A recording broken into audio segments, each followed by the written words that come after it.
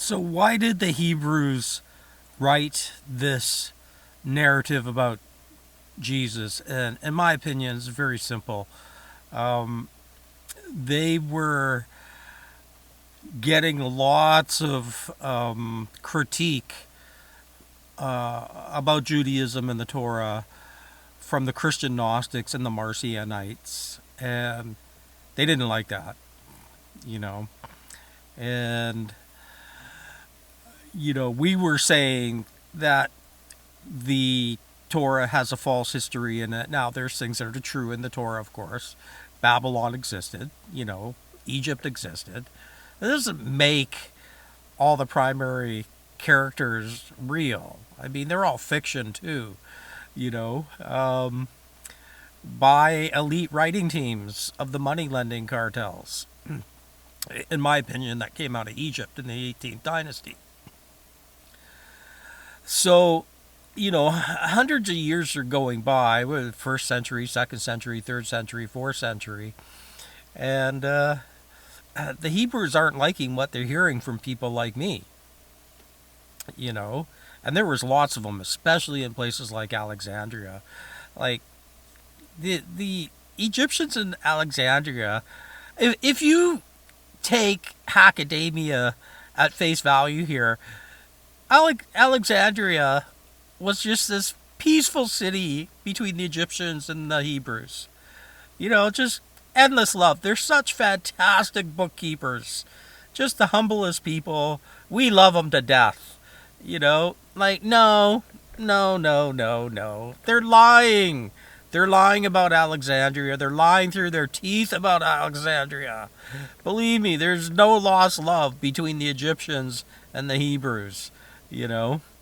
And there's a lot of things they're lying about. Like, who do you think at Rome controlled the bread and circuses there at that time? I can tell you, it's the same people that control Hollywood today, and the entertainment industrial complex, and likely the military industrial complex, all funded by the shekel. You know,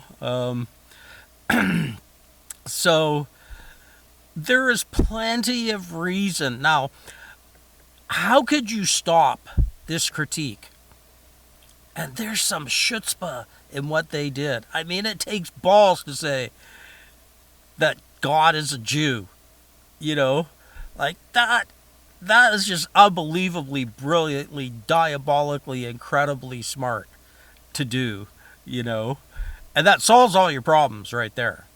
Because then you've linked in a way that's next to impossible to debunk,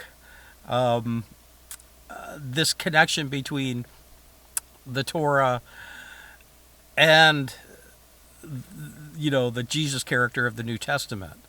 I'm running out of battery power here, but in my opinion, that's it in a nutshell. That's why these writing teams wrote the New Testament Jesus the way they did, so that they could have a just a definite connection between the Torah and the new religion. That now there's a lot of other reasons. Richard Carrier goes into, about the situation that some of them faced, and I would say not the elites, but the more mediocre Hebrews after 70 A.D. Right, there is a reason to create a new version of Judaism. Right, and that's exactly what they did. Adam Green's all over this. He knows this. He knows that's exactly what they did. They used the Torah stories, the myths in the Torah, to recreate another version of the Hebrew God, right? So as a Christian Gnostic, I don't buy any of it. They create prophecy and then they fulfill it. And we're seeing that today. I mean, it's one thing if you were going to back up your prophecy with supernatural, overt, open, honest supernaturalism. I'd even be willing to be sent to hell if this was how it was going to go down. But I don't want to be sent to hell by a bunch of people who I think are assholes and are just manipulating civilization. Like, they don't get to send me to hell, these humans, without, any kind of supernatural ability, right? No, you can't. That's what I got to say to you. And this is why Christian Gnostics don't want theocracy, right? We prefer the shelter of a secular culture, but that culture is no longer exists because our Hebrew friends have. I liked it better when I didn't know they ruled everything, to tell you the truth. 1955, 1965. I didn't know. Nobody knew.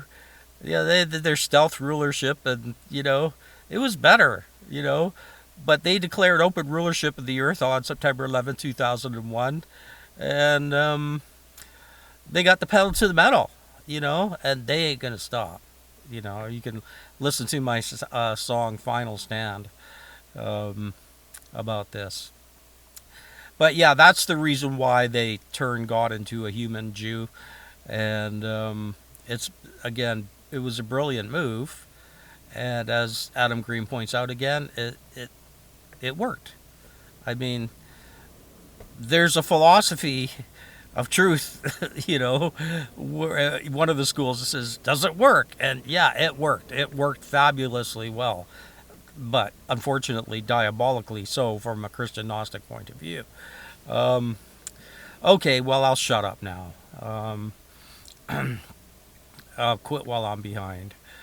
What else? Oh, I love you. Get out of here. Bye.